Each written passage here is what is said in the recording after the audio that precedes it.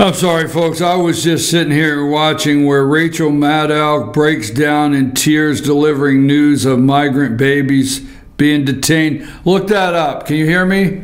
Look up Rachel Maddow breaks down in tears delivering news of migrant babies being detained. All right? Because she hasn't had quite all the facelifts, so she can cry. Minka can. If you get that video, give me a thumbs up, all right? Because we do want to actually see Rachel cry. She's not a bad guy. Anyhow, yesterday Inspector General says, well, he couldn't find political bias, okay, over there with Peter Strzok and the FBI. But Trey Gowdy, now we're going to go to this video with Trey Gowdy. I went home yesterday afternoon. I'm your host, BKP. Good morning from the office, North Georgia's only live online morning show. Now, I went home yesterday afternoon, right after the show, and I watched some of the Inspector General House hearings with the Inspector General Horowitz. It was about 5 hours yesterday. I didn't get all 5. But listen to, let's start with Trey Gowdy questioning Inspector General Horowitz. Do we have that ready? Okay, stay with us. It's about 4 minutes, but it's important because the other news networks, the deep state news networks, will not show you this. Play that, Amanda. Thank you, Mr. Inspector General. There's a text exchange between FBI lawyer Lisa Page and FBI agent Peter Strzok from August the 8th of 2016. In that text exchange, Lisa Page wrote, "Trump's not ever going to become president," right with a question mark, and then right with a question mark and an exclamation point in case anybody reading it. Thank you, Mr. Inspector General. There's a text exchange between FBI lawyer Lisa Page and FBI agent Peter Strzok from August the 8th of 2016. In that text exchange, Lisa Page wrote, "Trump's not ever going to become president," right with a question mark, and then right with a question mark and an exclamation point in case anybody reading it may have missed the point of her emphasis. Peter Strzok responded, no, he's not. We'll stop it. Do I have that text exchange right? You do. Now, Lisa Page was an FBI lawyer who worked on the Clinton email investigation? That's correct. Did she also work on the Russia investigation? She did. How about the Mueller special counsel team? She did for a period of time. All right, so we're 3 for 3 on her working on the 2 most important Bureau investigations in 2016 and beyond. Now, is this the same Lisa Page that Andy McCabe used to leak information to a news outlet? She was his special counsel, and as we indicated in our earlier report, she was the individual through whom he provided that information. Wasn't there also a text about an insurance policy in case Trump won in a meeting in Andy's office? She was part of that text string too, wasn't she? Correct. That was on August 15.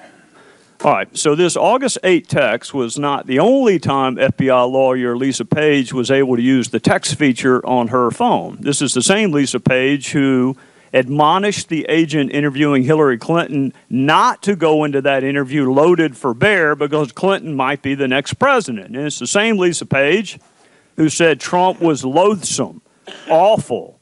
The man cannot become president. Clinton just has to win, and that Trump should go F himself. Now, most of those comments were before the Clinton investigation was over. And we are somehow supposed to believe that she did not prejudge the outcome of that investigation before it was over. She already had Hillary Clinton winning. I don't know how you can win if you're going to wind up getting indicted and or plead guilty or be convicted of a felony. So, I think we understand the first half of that text pretty well. She didn't want Trump to win, and she wanted Clinton to win. Now for the response. Senior FBI agent Peter Strzok wrote, no, he's not. We'll stop it. Now, I think this is the same Peter Strzok who worked on the Clinton email investigation. Do I have that right? That's correct. Same Peter Strzok who not only worked on the Russia investigation when it began, but was one of the lead investigators at the inception of the Russia probe. Do I have the right Peter Strzok? That's my understanding. Now, is it the same Peter Strzok who was put on the Mueller special counsel team? Yes. All right. Same Peter Strzok. And this is not the only time he managed to find the text feature on his phone either. This is the same Peter Strzok who said Trump is an idiot.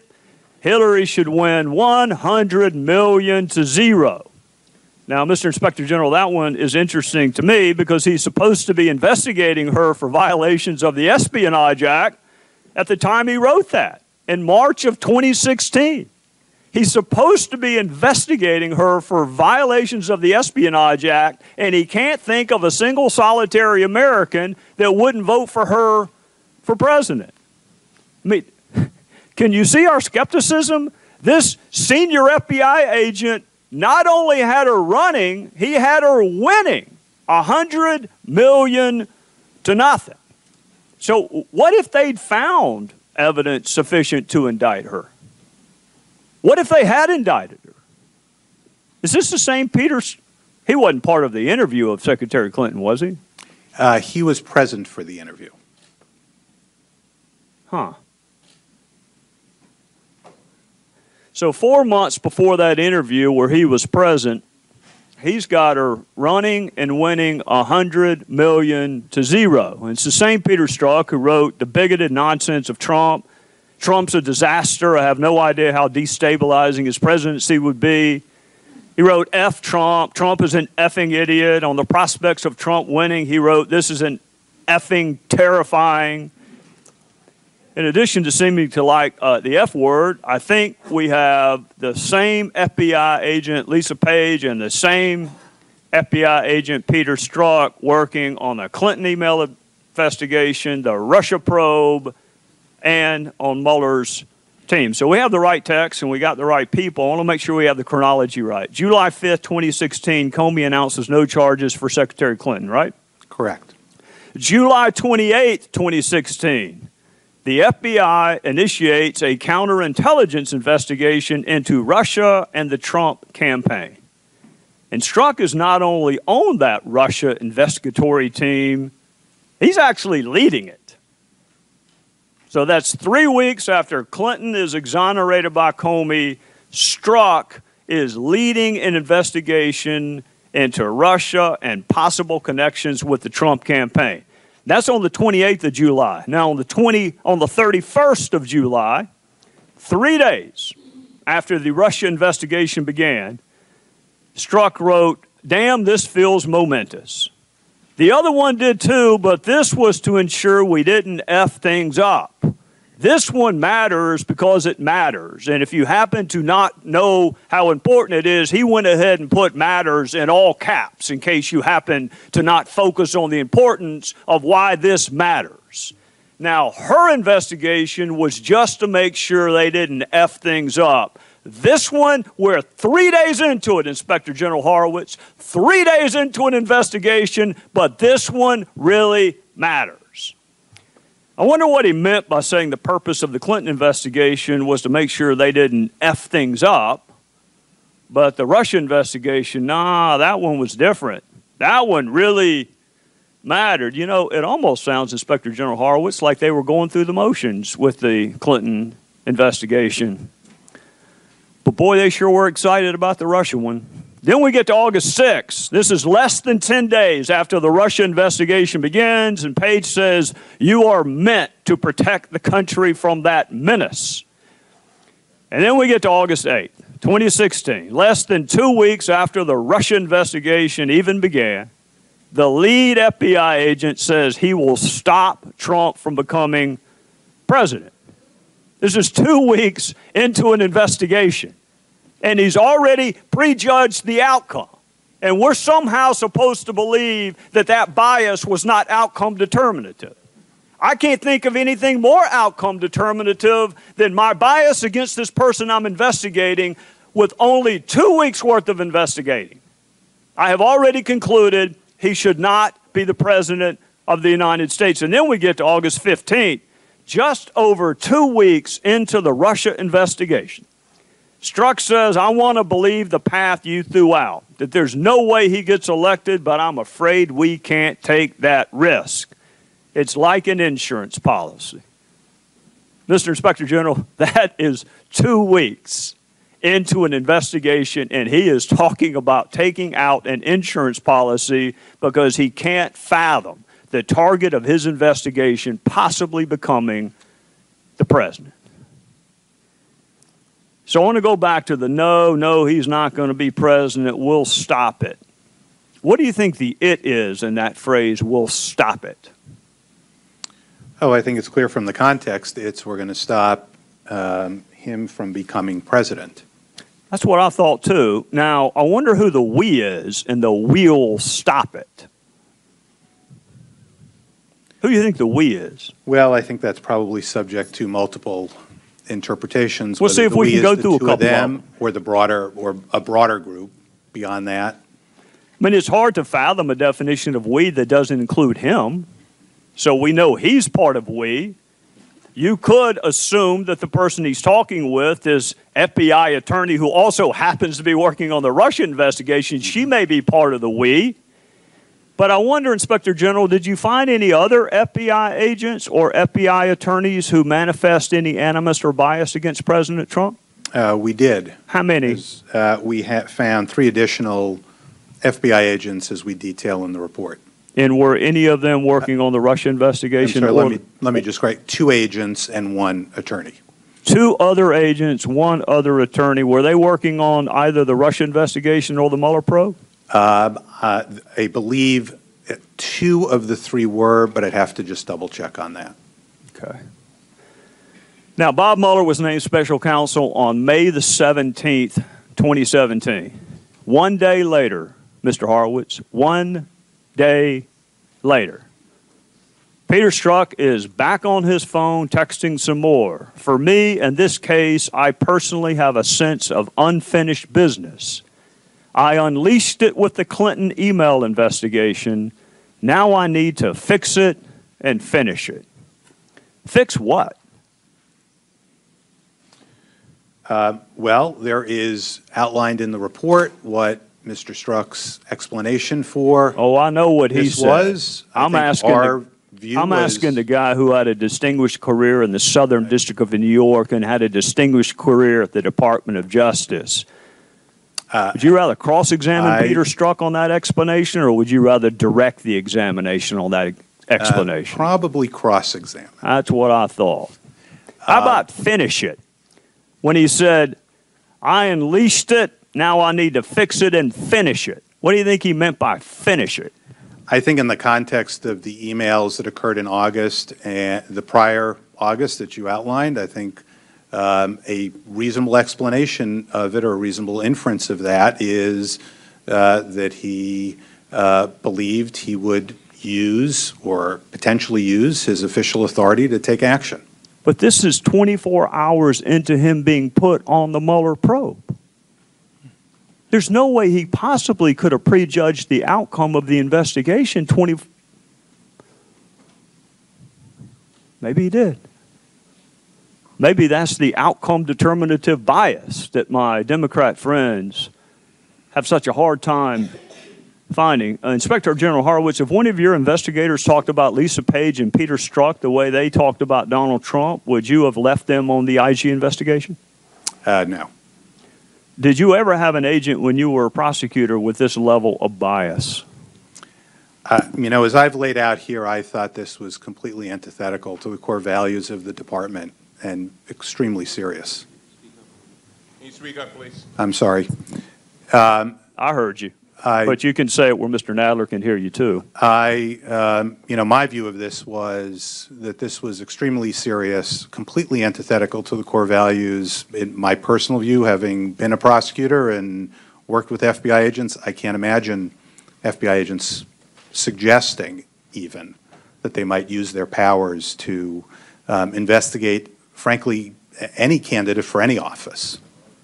Well, I can't either. And let me ask you this in conclusion. I think you've already, you laid out in your opening that Peter Strzok's obsession with Donald Trump and the Russia investigation may have led him to take his eyes off of the Wiener laptop and in a notably ironic way calls Jim Comey to be a little bit later in sending those letters to Congress. So that is one example of outcome determinative bias. But I got to ask you, You used to be in a courtroom. You were on the side of the United States and you worked for the Department of Justice. If someone is prejudging the outcome of an investigation before it ends, and someone is prejudging the outcome of an investigation before it even begins, what is more textbook bias than prejudging this investigation before it's over and this one before it begins? I am struggling to find a better example of outcome determinative bias than that. So what am I missing? Well, I think certainly with regard to the Russia investigation you mentioned, as you know, we are looking at that in an ongoing way. With regard to the Clinton email investigation, I think as we lay out here and go through it, we looked at text messages, emails, documents to try and assess whether the specific decisions that we were asked to look at and then the ultimate prosecutorial decision were impacted by Strzok, Page, and the others' views. And what we ended up finding, particularly as to the prosecutor's decision, was that was a decision they made exercising their discretion on their view of the policy, the law, and the facts as it was found. We've laid that out, and in our view, we didn't find or see evidence that the prosecutors were impacted by that bias. But as I mentioned in my opening statement, the idea here was to put out the facts for the public, members of Congress to see, and so that folks who want to take a look at those issues obviously can assess them themselves. Well, my time is up. I hope one of my other colleagues will explore that, because the explanation I've heard is that the failure to prosecute was predicated upon their belief that there was not sufficient evidence of intent on her behalf.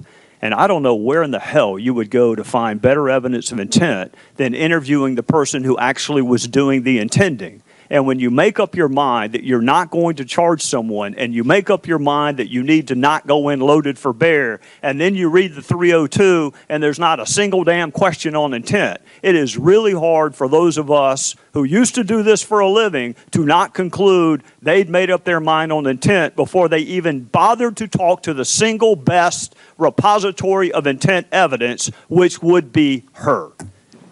With that, I would Mr. Chairman, may I make an inquiry? Mr. Chairman, in order to prepare our questions, could I have your guidance on how much time each member is to be allowed? 5 minutes, and Mr. Cummings can have the amount of time he thinks is necessary. The other members will have 5 minutes. The gentleman from Maryland. Thank you very much. Thank you very much. Thank you very much. Okay, folks, we are back. I had to play the full video. That is why, right there, America, that you are watching crying children at the border. That's why you are watching a crisis on our southern border.